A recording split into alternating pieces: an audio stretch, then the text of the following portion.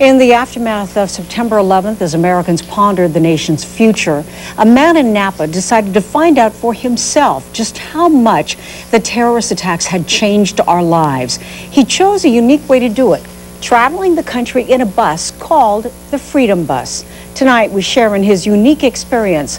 Vic Lee has a story you will see only on 4. And that's a little memento of your trip? Yeah, we collected all these bugs going across back and forth, so I'm going to leave it up there until we catch Osama.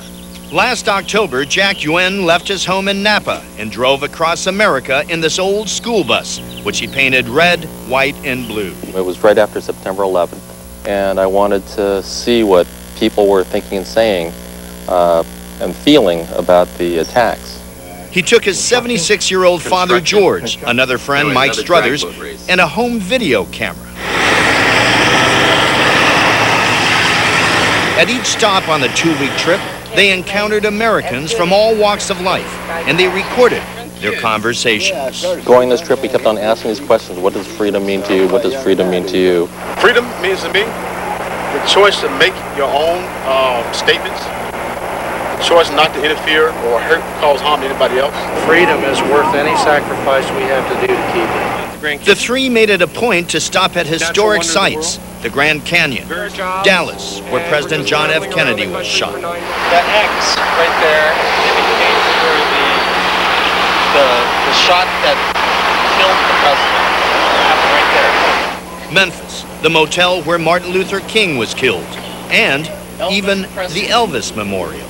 The Chinese, they call him Aiwang, the big king. This was a first cross-country trip for both Jack and his father George, who immigrated from China 53 years ago. He came to the U.S. because he wanted his freedom. In China, it's no freedom, and in the United States, freedom. You do anything you want to do. Right?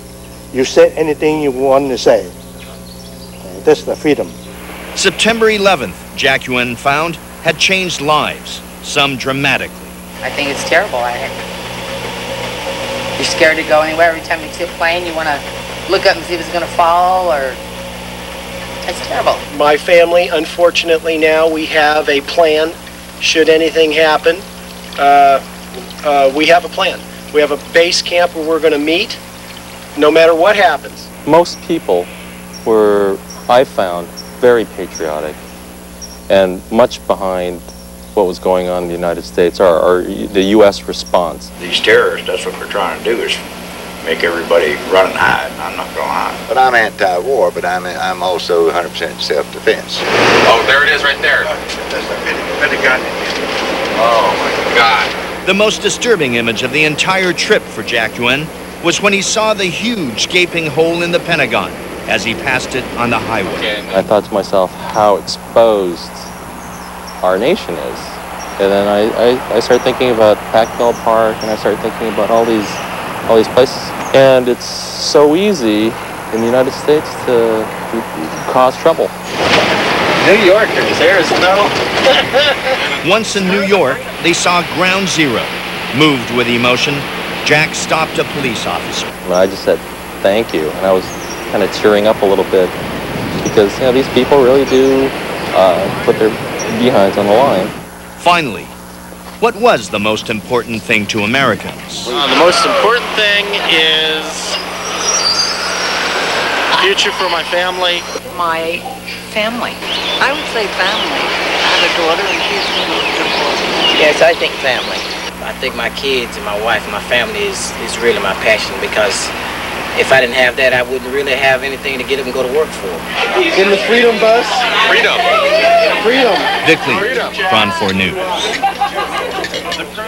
And if you would like to see the entire documentary, it's going to be shown on July 20th at the Wine Country Film Festival.